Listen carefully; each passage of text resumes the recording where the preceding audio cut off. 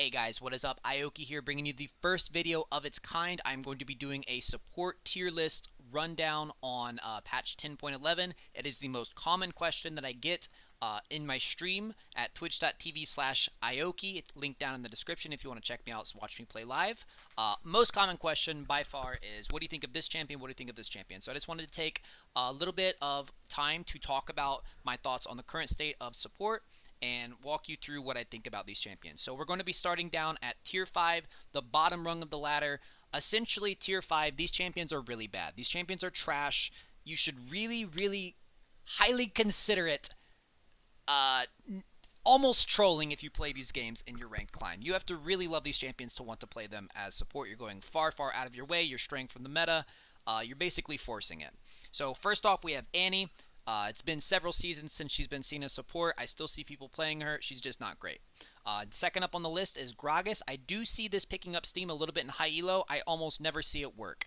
There is a certain build with him where you're building Aftershock and basically using him as a discount Leona or Thresh, and I just don't really see any point. Also, before we get further into the tier list, guys, please let me know down in the comments if you want to see more content like this. I'm going to be putting a lot of effort and time into this video, so I just, give me some feedback. Let me know if this is the type of content that you guys are wanting to see on the channel. So, back where I was. Ivern, a lot of people try to force him as support. He's genuinely just not a support. He is a clunky, unfun version of Janna, essentially, is what he is. Next up we've got Nunu. Again, he's got a very supporty theme, a very supporty kit. He's got utility, things like that. He doesn't work as support. Very bad. Up next is the reworked Fiddlesticks. Ever since they've reworked him as a Fiddlesticks, he's lost what is most important to him as support, which was his bouncing crow. The fact that you could get free, uncontested silence and poke combined with Comet, you don't get that anymore. It's now a skill shot, and you have to get way closer to use it. Although Fiddlesticks, I do think, actually is strong as a champion, he is seeing that strength in the jungle position, not in the support. Up next is Ahri. Even on my Grandmaster account, I've seen people running Glacial Ahri support and just maxing their charm. Again, obviously just a niche pick. Shouldn't be played. Up next is Amumu. What more do I need to say about that? It's Amumu. He's a jungler. He's not very good in support. So, Anivia. Now, this is kind of an interesting pick because there are two high elo players that are one-trick Anivia supports, which is pretty wild. And I've played Anivia support. It is very fun, and there are certain things that you can do with Anivia support, things like walling people off, corralling them into a stun. It's a very high skill cap champion, but if you're not willing to invest the hundreds of hours that those Anivia players have done, you're not going to see the same level of rewards. So I just think you have to invest way too much time. This is not just a pick up and play champion. She's very odd. She plays very differently than most champions.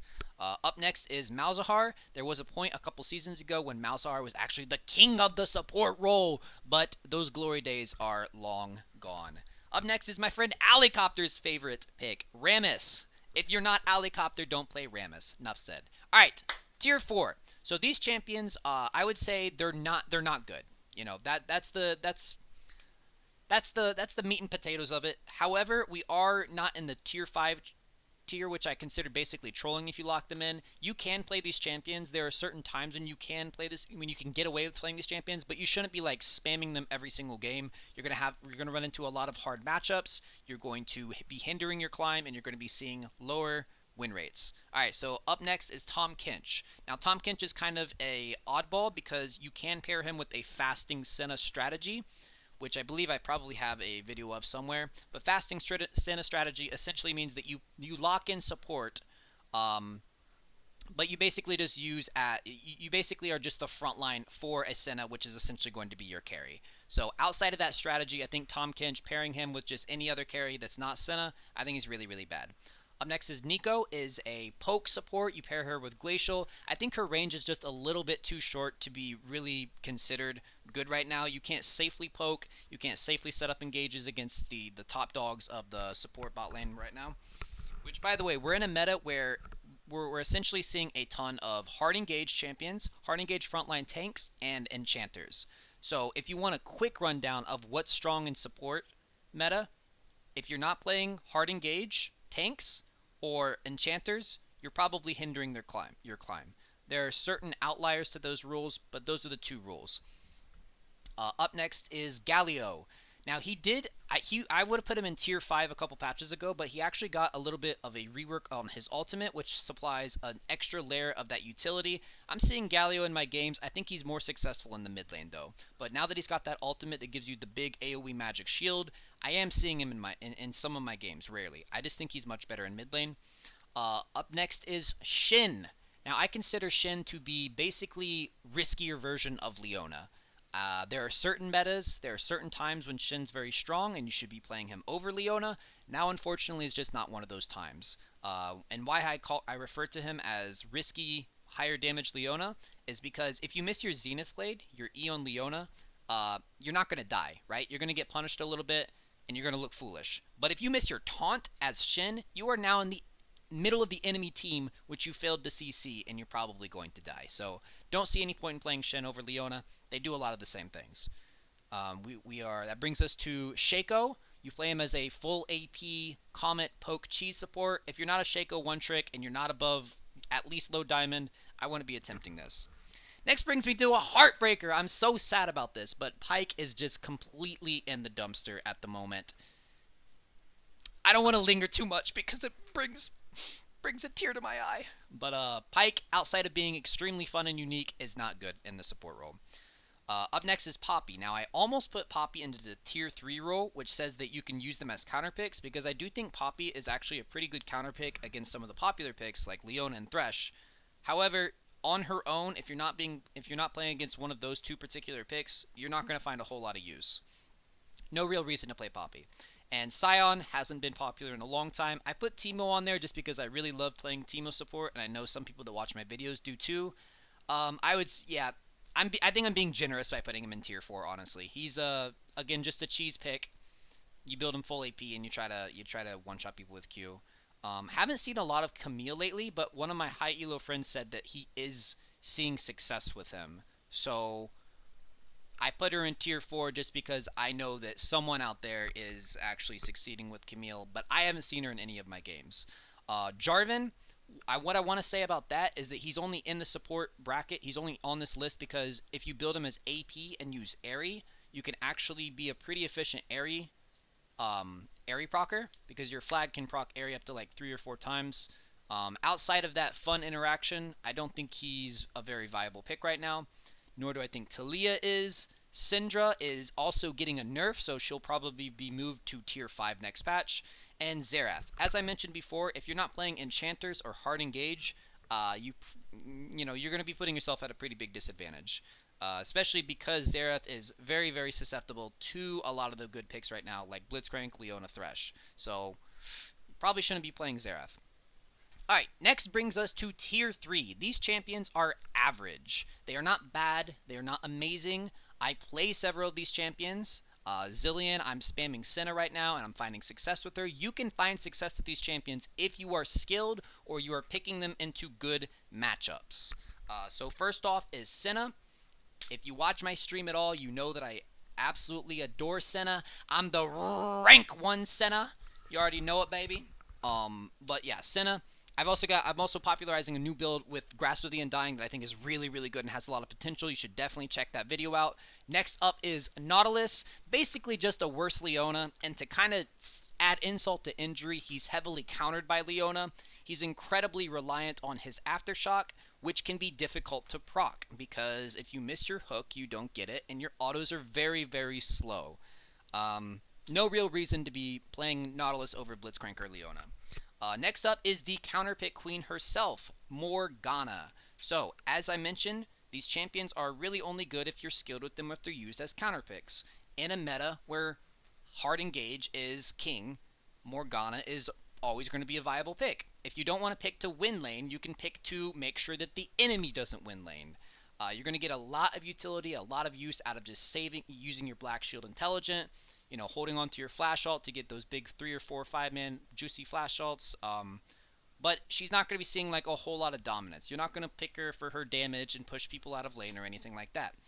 Up next comes the champion that actually inspired this video. I get asked all the time, what do you think of Swain? Now, there are certain people that swear by Swain's support. I think he's a cool idea, but I don't see a whole lot of people succeeding with him. I don't see his place in the support meta. He's basically a mage version of a pick champion, which is cool on paper, but why would you not just pick an actual engage champion, right? Okay, so Karma. Now, she's sort of the exception to the rule. You know how I keep saying Engage and Enchanter are the best two genres of support right now? Karma's the exception. I find her incredibly average, and I don't think that she's excelling like the other champions in the Enchanter class are. Same thing goes with Lux. She's sort of a mismatch of Enchanter utility and poke catch. I don't think she does either exceptionally well. Oh man, do I hate Braum. I don't even want to talk about him. Alistar. Kind of just average. He's sort of like the Karma of the Heart Engagers. He does fall into the Heart Engage category, but his cooldowns are so long that if they flash or dash out of them, you got 17-second cooldown on your WQ combo, which is your bread and butter. Whereas if you just pick Leona, you're waiting 7 seconds and your Q's back up. So he's a little painfully average. I didn't mean to put Shaco in this tier as well. Maokai, another champion that people really want to work as support. I think he's just better as top lane. I don't see a whole lot of reason in using him as support unless you're doing, as I mentioned, the same thing with Tahm Kench, where you're just using him as a fasting body for Senna. Janna. I would say I almost put her into tier 2. I didn't because she got the nerf bat. So I moved her down to tier 3. I think there are enchanters that are outshining her. Zyra, essentially what I said about Xerath. I think she's a little bit better just because she brings the ability to engage or catch people through minions, whereas Xerath does not. His E doesn't go through minions. Brand, again, AP casters and poke champions are just not in shui right now. Zilean, I would put this person at high tier 3, almost tier 2. He's almost good just because the meta right now, it's very difficult to close out games because of a change they made on patch 10.9 where every champion gets home guards now. So you might be asking, well, why does that make games harder to close out? Let's say you get a kill in bot lane, and the benefit you usually get from that is that you deny the enemy CS, right? Maybe get a plate or two, push for dragon. You don't really get that anymore. The enemy team gets home guard, zooms back to lane in 10 seconds flat. So games are harder to close out. So we're starting to see a shift away from early game champions and more towards scaling champions. You're able to get away with a lot more. Heck, you can die like 2 or 3 times in lane as a scaling champion like Zilean or Senna and still make it to your late game 2 or 3 item spikes because the game's hard to close out.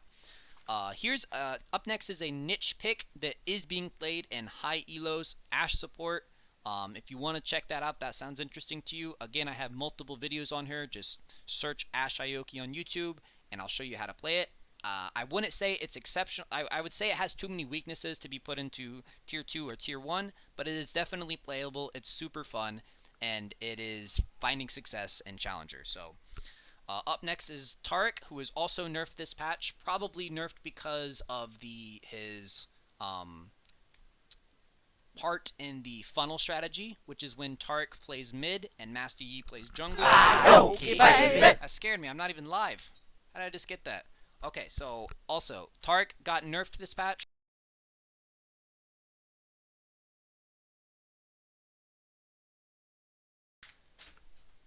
So Taric got nerfed this patch. I think he was already pretty average in support, but he does kind of have that ability to enable a hyper carry. So that's my tier 3. These champions are average and should only be played if you're really good with them, you love them, or they're counter picks. Now let's get into the champions that you should actually be playing. Tier 2, Yuumi. This champion is tier 1 if you're in Master Plus. I imagine a lot of people that are watching this video are below that level, so I put her into tier 2. She's tier 1 in high elo though. She is pretty much pick or ban. Absolutely disgusting champion right now. They've made so many changes to this champ. It makes my head spin. But she ended up being very good. Boring to play, which would also... She also has very low agency, so when I talk to players and I'm telling you about like what you should be playing in solo queue, I also take that into consideration because it can take a huge toll on your mental to lose 3 games in a row as Yuumi and feel like you couldn't have done anything different. Very low agency, very good numbers. Her Her heals are very, very strong. Her synergies with a lot of the popular ADCs are very strong. Yumi is pretty broken right now. This brings me to my next champion, Leona. Now, honestly, Leona and I have had a little bit of a falling out. I'm typically hardcore spamming Leona, but my relationship with her is a little on the rocks right now because, as I mentioned, games are going later on average. The meta is shifting towards a late game focus, which is why you're seeing champions like Zilean and Sona and these other enchanters that enable late game ADCs, hyper carries, and you're seeing a little bit less of Leona. Now, I still think this champion is good. I still think she's very strong. However, I think the meta is starting to shift away from her and more towards hard engaged champions that apply a lot of pressure and team fight ability in late game. Champions like Thresh or even Blitzcrank, because it's way more valuable to be able to displace an ADC, like pull them into your team, than to be able to catch them late game as Leona. Because she doesn't really keep up in terms of tankiness. Her kit is very, very limited. She's still great in laning phase, but we've got those home guards, so it's mattering less and less if you dominate your lane. So that's why I moved her down to tier 2 this patch. Before, she was definitely tier 1, and a lot of people would probably still place her in tier 1. However, as a very prolific Leona player myself, I'm starting to play her less and less and move towards these other champions. I'm playing Senna a lot right now. Maybe when we get tired of Senna, we'll go back to Leona and reassess. But I think she's pretty well cemented in tier 2 right now. Up next is Bard, who was also going to be tier 1, but he did get nerfed this patch, and it was two pretty heavy nerfs. So I thought that was enough to move him down to tier 2. The Bards that I see in game usually still play, find pretty good success. He's certainly not weak, I can tell you that. Now, he is a champion that you want to be putting in a lot of time with because he is one of the very unique champions that can single-handedly ruin your team with their own ultimate. You can actively harm your team with your ultimate, which is very rare. So, Bard's kind of coin flippy, but I still think on paper, numbers-wise, he's very strong. Sona, although she's kind of got that low agency in laning phase, and she can be frustrating to play, I do think she's starting to find a pretty good spot in the meta. As I mentioned multiple times now, the games are going later and later, and more Sonas are getting to their 2-3 item power spike and just completely taking over games 1v9. So that's our tier 2. These champions are very good on the current patch. You should play these 4 champions. Let's get to the tier 1. These champions are the best of the best in the current meta and should 100% be played by you if you want to climb. So Nami, despite the nerfs, I still think Nami is very, very strong. They did nerf her movement speed passive, and I believe that was it. But I'm still seeing a lot of Namis. I'm still seeing them completely destroy people in lane and scale into behemoths. Make sure you're building your Athenes into full AP. Don't fall into the noob trap of building Ardent Censer. I think the item is quite bad with Nami. It's not bad, but there's more attractive options. She scales incredibly well with just building full AP. So a standard build for my Nami games would be Athenes into Zhonya's into Rabadons, and boom, you are going to do so much damage and so much healing. Up next, number 2 is Blitzcrank. I kind of touched on it before, why I think he's more valuable than Leona. Even though Leona's got more matchups in laning phase, Blitzcrank is a very, very strong laner, and I just think it's invaluable, the ability to reposition an enemy carry into your team late game, rather than jumping on them as Leona or Thresh. I think that's always going to be super strong until they nerf his tankiness. Blitzcrank is very strong right now. You've probably seen Soraka's in your games. I probably don't have to tell you guys this. Soraka is so broken right now. She's received 2 buffs in a row, and she was already strong. If you're not banning Soraka, you should be playing Soraka. Enough said. Run a standard enchanter build. Bring barrier. You will do so much healing. It's disgusting. Another one that I think some people actually disagree on, which is interesting to me. I think Lulu's really, really strong right now. Lulu has helped me help my carries, my ADCs, scale into their beautiful butterfly forms. I think she does really, really great with some of the popular ADCs right now. I think she's really strong. Kind of low agency, again. You know, you're not going to be making any crazy plays, but honestly, that can be a strength of the champion, is that she's pretty easy to play and hard to mess up. Which brings us to our next champion, which is not easy to play and is very easy to mess up, Thresh. Now, I almost put him into tier 2 just because I do think that he's another champion that you should be practicing a lot, not just playing on a whim here and there. If you're going to play Thresh, you're going to succeed, but you need to put in the time and actually practice the champion. Guys, that is going to be my support tier list for patch 10.11. I wish you guys the best luck in climbing on this patch. If there are any champions that didn't make the list, maybe I forgot them, or you have questions, please let me know down in the comments, and also let me know if you guys want to see me do more tier lists like this. I would be happy to do one for every patch if you guys want to see it, but only if you guys want to see it. I'm not going to put the effort into this and then, nobody's enjoying it or using it or things like that. So let me know, guys. Give me some feedback on this if this is something you want to see more of. Take it easy, guys. Peace.